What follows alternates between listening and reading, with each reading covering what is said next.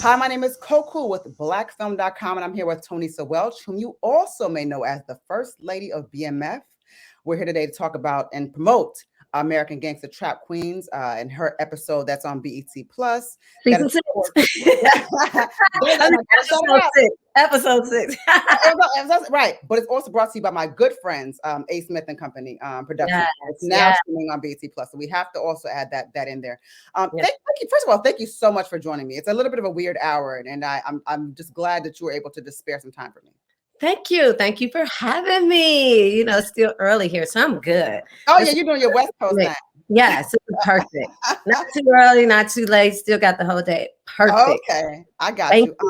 So let's just start from the beginning, Tonesa. You're actually from Detroit. Yep, born and raised. Okay, Detroit, Michigan, West Side.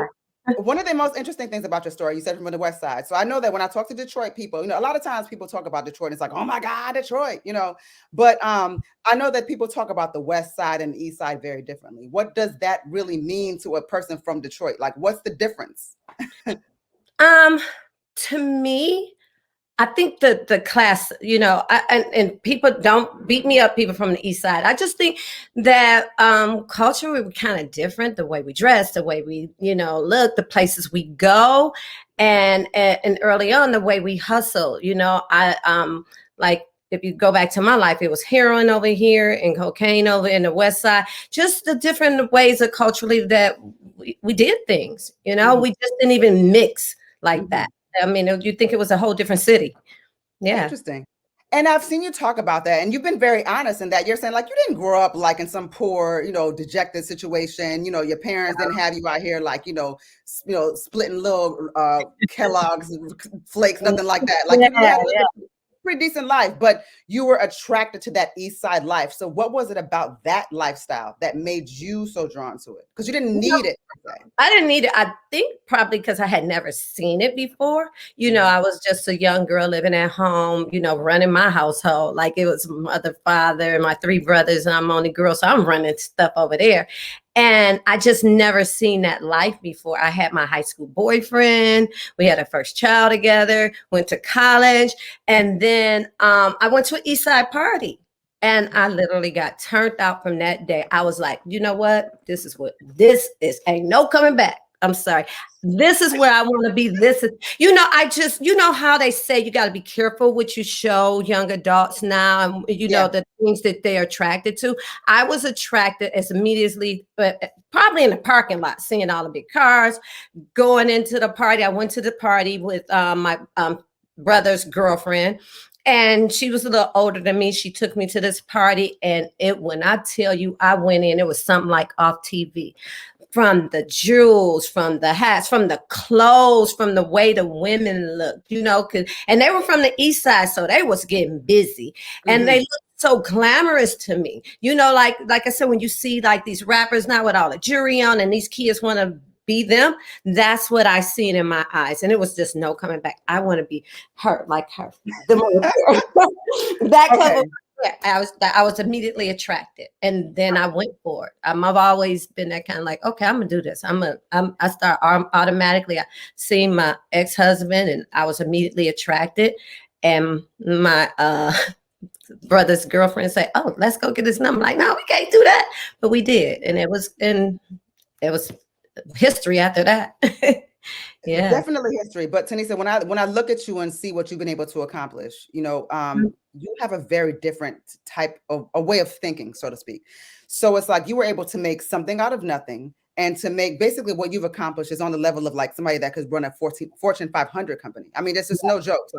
Like when you talk about the sort of the legit path, a lot of that stuff is much easier than what you were able to accomplish. So in the moment, did you ever think like, well, maybe I want to go totally legit? Like in the moment, though, I'm saying. In the moment, yeah. It's not. My dream was never to just always be in that position.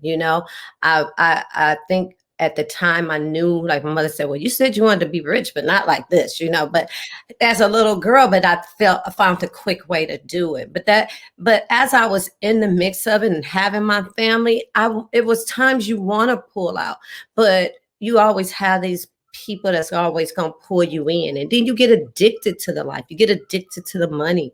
And you know, you're thinking like, okay, well, I can do this. And then this is going to take me a little longer. Or you think in your head, well, I can do this and I can use this money and I can finance this. You know what I mean? And so it was always in the back of my head. I've always tried so many different things to legitimize myself, but it just, you know, the life just didn't let it happen. And I think with you, there are so many people that truly, really do respect you. I mean, that's not something that we have to necessarily argue. They respect your position.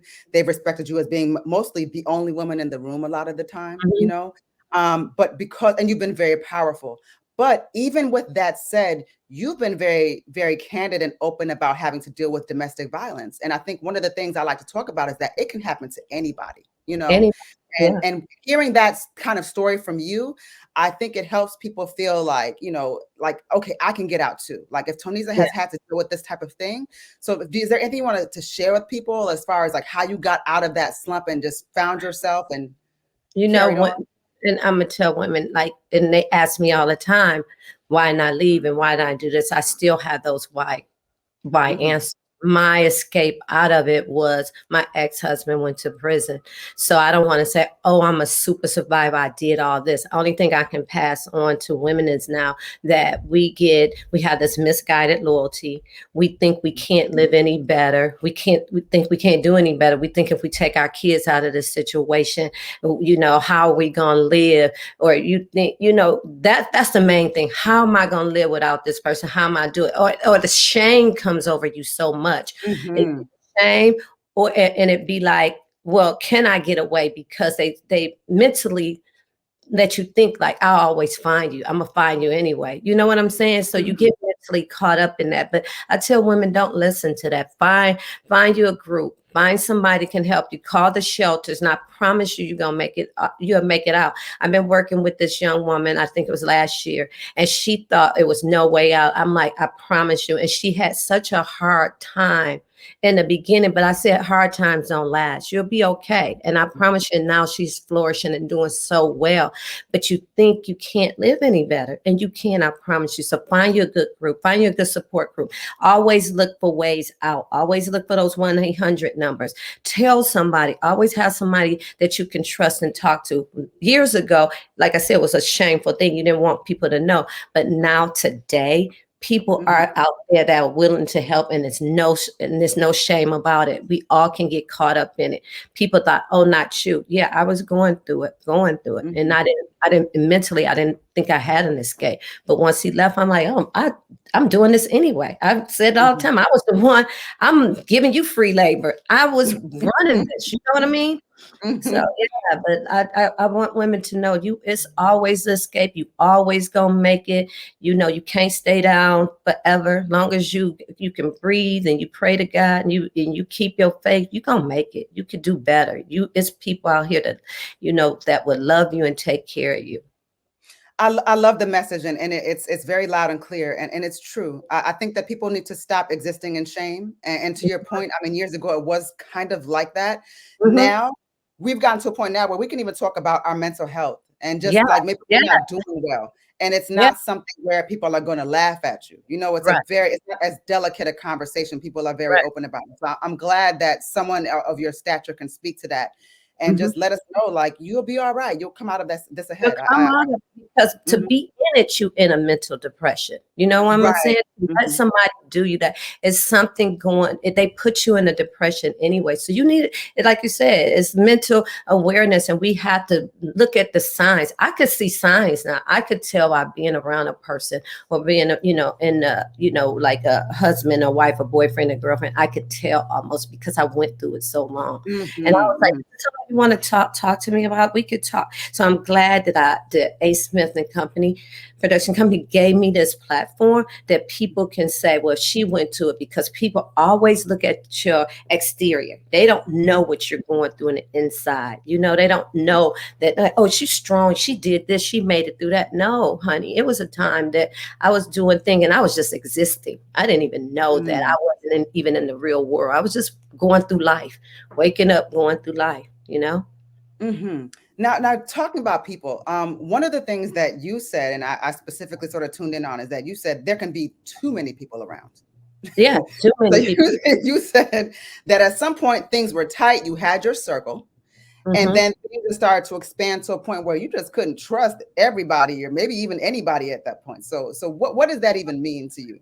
Because I came up in an era where you didn't have all those people around because you had your tight knit group. You know, I think about when I think about the mafia movies or you hear about the mafia, you think you have your tight associates, and that way everybody kind of can tell what everybody's doing or what they, you know, what their movements are. You talk more, you know, you bond more.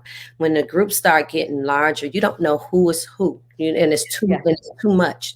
You know, people coming, people going, people bringing whoever they want around. I didn't come up in that era, so when it started getting like that, I'm like, oh, this is crazy. This is getting crazy, and I could see the signs. Yeah, you seem to have a heightened sort of sixth sense in that sense. And you were always like kind of really the only woman around that was in a I guess the best way I could put it is like in a managerial lieutenant capacity.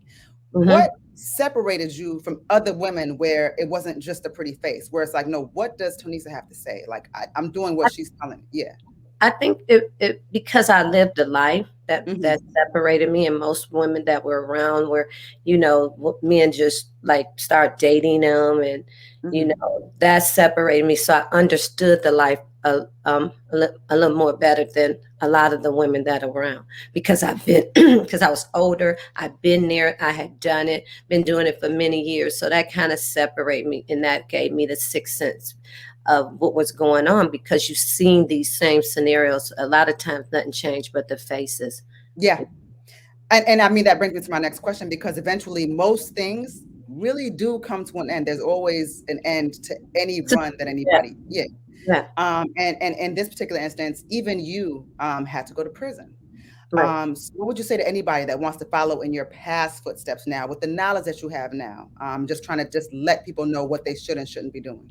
I think you don't. I mean, don't do it Mhm. because what I had to learn going to prison is like I'm smart. I'm a smart individual. I might not be, you know, a scholar, a book, you know, went to college and how they call it, very well educated. But to me, I'm a smart person. I can figure things out and I can navigate and I can build. And so a lot of us don't realize that. And I didn't realize that as I was young. I'm so creative that there was so Mhm. many opportunities and things I could have did differently. I just wanted it fast. I wanted to look like that. But in the end, it's no life. Prison is nowhere you want to be. Like every Mhm. day, I would be like, oh shit, if I can just, I wish I could just knock myself out. And when I wake up, be in this whole coma. And when I wake up, my time will be over. Nothing was Mhm. worth my son going to prison. It was 5 people out of my family that went to prison on this Mhm. case. And so I had to take responsibility that because they grew up under me. You know, it's my children, my nephews, my cousin, and they watched me do all this my life. You know what I'm saying? So I tell people when you go to prison, all those things that you thought that you gained in the end you don't have them. They don't, because the way you obtained them, it wasn't righteously, so it's going to be taken from you. Mhm. You got to earn those things. You know, God got to Mhm. reward you for those things. And I think even though he saved me, he kept saving me, I wasn't Mhm. living right. And there's a lot of us not living right. And once you go to prison, you'll realize how selfish of a life you live. You hurt people, you hurt your family. I really hurt Mm. my family and people, and we don't think about that. You know, material things and fast things, it's not even worth it. It's not worth And it. it seemed like you were even less concerned about your fate. And it seemed like when you really broke down, it was like when your life, well, your choices affected your sons. That's when you completely hit your. Yeah, It seemed like that was yeah, your rock bottom. Yeah. yeah. That was my rock bottom, going Mhm. into prison and no longer being able to see, you know, my oldest son. Then I had to realize and reflect on my life. You did this, even though my Mhm. sons and nephews said, "Oh well, you know, we were grown. You didn't." we don't hold you responsible for this. But yeah, because if I did live my life different, y'all might live y'all life different. If I brought positivity in our whole home, and got you brought men into our home that were, that were mentors and doing different things, y'all might have followed a different path.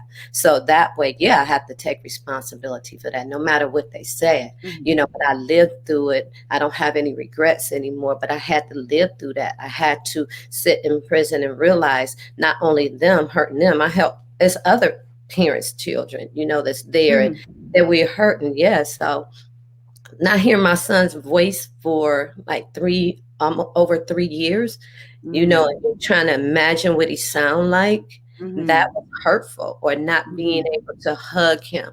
My younger boys were able to visit, but not when they leaving out those gates. How disappointing of a mother I was. That hurt and pain. And so while I was there, I started, working on myself. I'm not gonna ever do this again. I'm not going, because it wasn't about me. Even me, I probably, if something happened, I could do it again. But it's about the people you leave behind. Not about us. It's about who I brought into this world. I'm responsible for them, and having the best mother ever. No matter what she said, I felt like I disappointed her. She could love me forever in life, but to me, what I felt, and even, so nothing was worth leaving them. I think you've shown an accountability. Accountability is very difficult for a lot of people. But you've shown accountability. You've shown a level of disappointment that you've had for yourself, and you've shown you wanted to atone for some of your past, the things that you've done in the past life. Obviously, you're not doing that stuff now, but I think it's very important for people to know that having moved on to the next phase of your life, you do have a nonprofit organization. So I think it's very, very important that we are aware of Sylent Heart. What is it about Sylent Heart that we need to know? What is this organization about, and how are you helping to improve other people's lives in this way as you give back in this different chapter? I'm just giving back, and those kids. I'm helping kids for incarcerated parents. We do what we can. I've held job fairs, clothing drives, food drives, Christmas drives. Mentoring, showing them how to dress for a job interview, resumes, even provided, some families where the parent is in prison and they're in a foster home, provided a phone, paid their phone bills, so they can communicate. That's my way of giving back. I was in prison with some of these sisters that wasn't communicating with their kids. They were so lost. Like I said, I was a little more fortunate. My kids could come see me. They were driving, but they still were young men. I left young men out here in this world, So that's what my mission was about, helping people. But just that mission, God has been driving, guide me into other areas, from the homeless, from helping women of abuse, for prison reform. I'm working with this wonderful company now. I'm accounts manager and brand influencer. And it helps people coming home from prison. It's a PR firm, and we only hire people, formerly incarcerated individuals, to get jobs, because one thing about people in the street, we don't understand how creative we are. You have to have a creative mind to navigate through this world that we was in, this dark world. So we're very creative in our thoughts. And that's how this, we had a wonderful founders that were, incarcerated themselves, and they came up with the idea, and, just been rocking and having major accounts. So that's what my mission is now, helping other people that are left behind. Because when I came home, I didn't have those resources. It was just, okay, you got to grind like you used to grind. You got to get through it.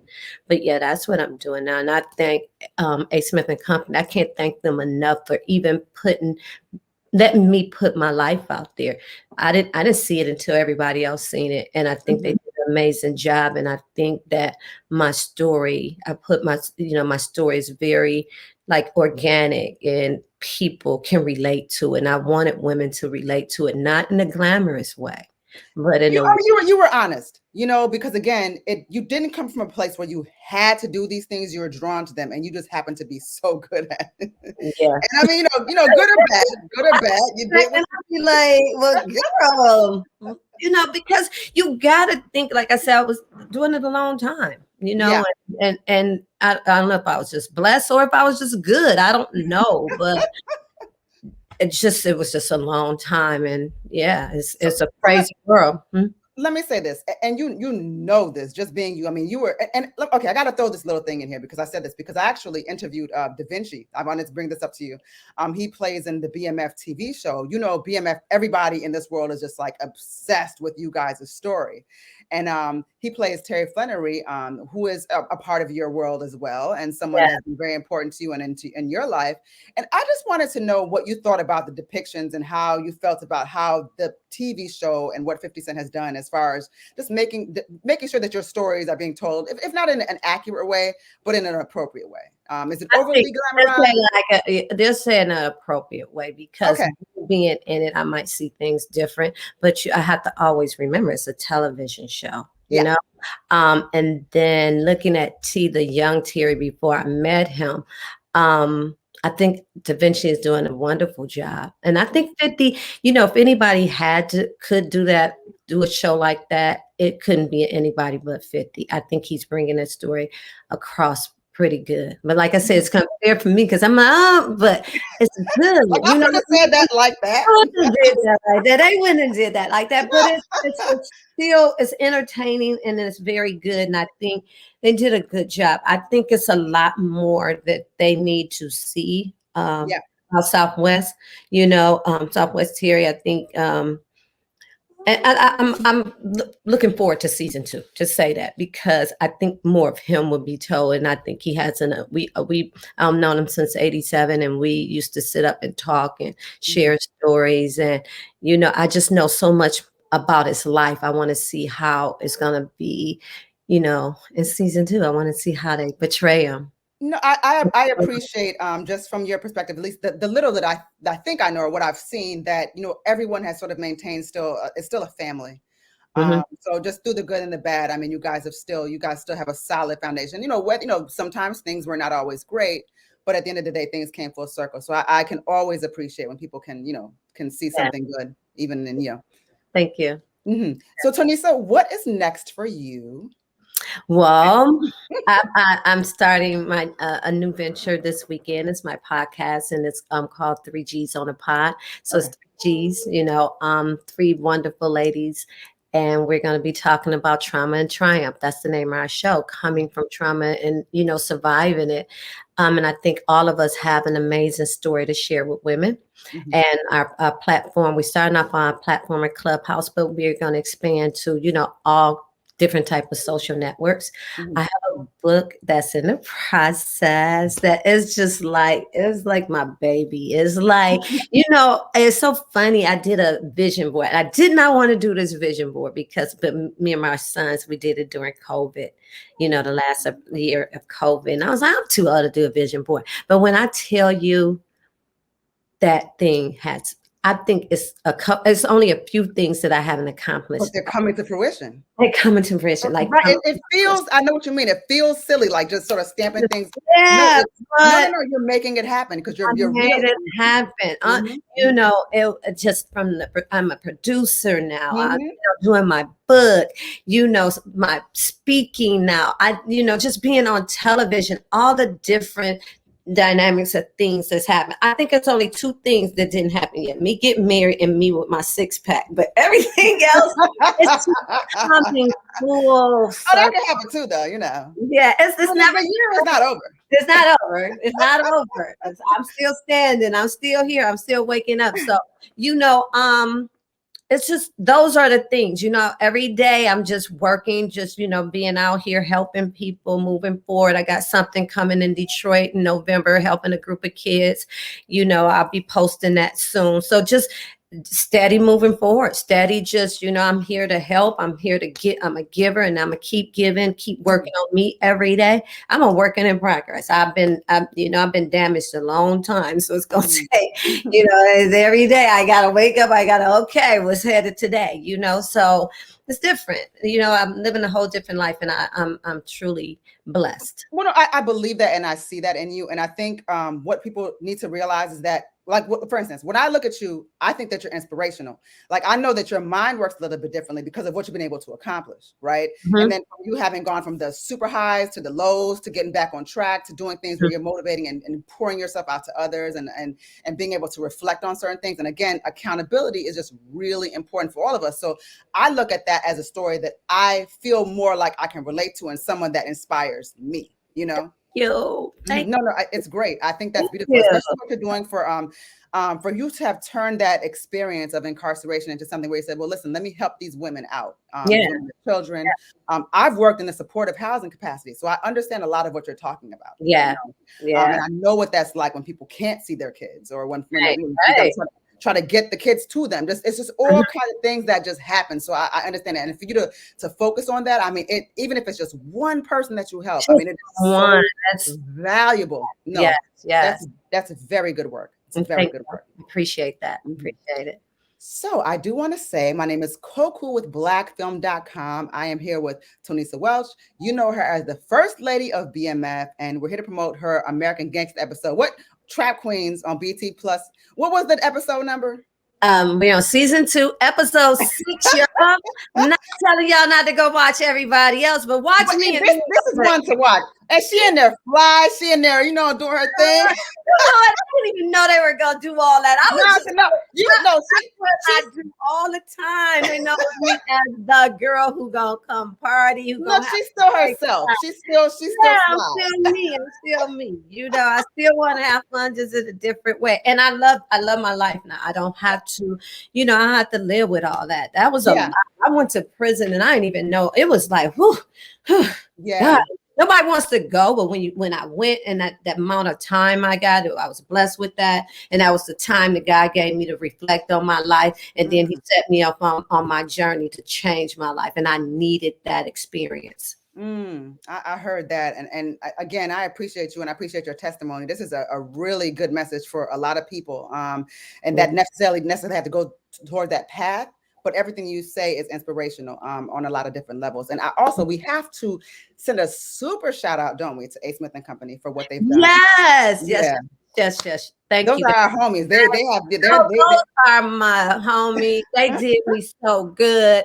They did an amazing job. So I thank them because even just from them, the platform that they have given me has push me, into other different directions. They help me feel that I can keep moving. I can do this, telling my story. It's really empowering and people need to see themselves visually, talking all the time, but seeing myself just going through that and reflecting on, they got that right. That's what I said. That's how I would have did. They did an amazing job. And it's always good when it gets to the right people, because what they did is they did an amazing job, but we saw the ups and downs, and there was an honesty to it. Exactly. It wasn't sensationalized. So we saw the glamour, but then we saw like, wow, like this is what could potentially happen. So I appreciate it to be able to see a range of what could happen in one's life. So thank you. Tonesa, I know you've been through a lot, but I love where you are today. And I love that you've been able to get to a place where you're happy with what you're doing. Yes, I am. Thank you. I appreciate it. Thank you so much. I appreciate you. You have a great day. It was. Oh, hey, y'all gotta come follow the track queen. Oh yeah, follow the track queen. I'm Miss Tonesa on IG. Are we gonna be doing this? I'm Miss Tonesa on IG. Miss Tonesa, the track queen. I had to take that whole title, not First Lady. I'ma steal it for a minute. The track queen, season 2, BET Plus, streaming now, episode 6. Catch me.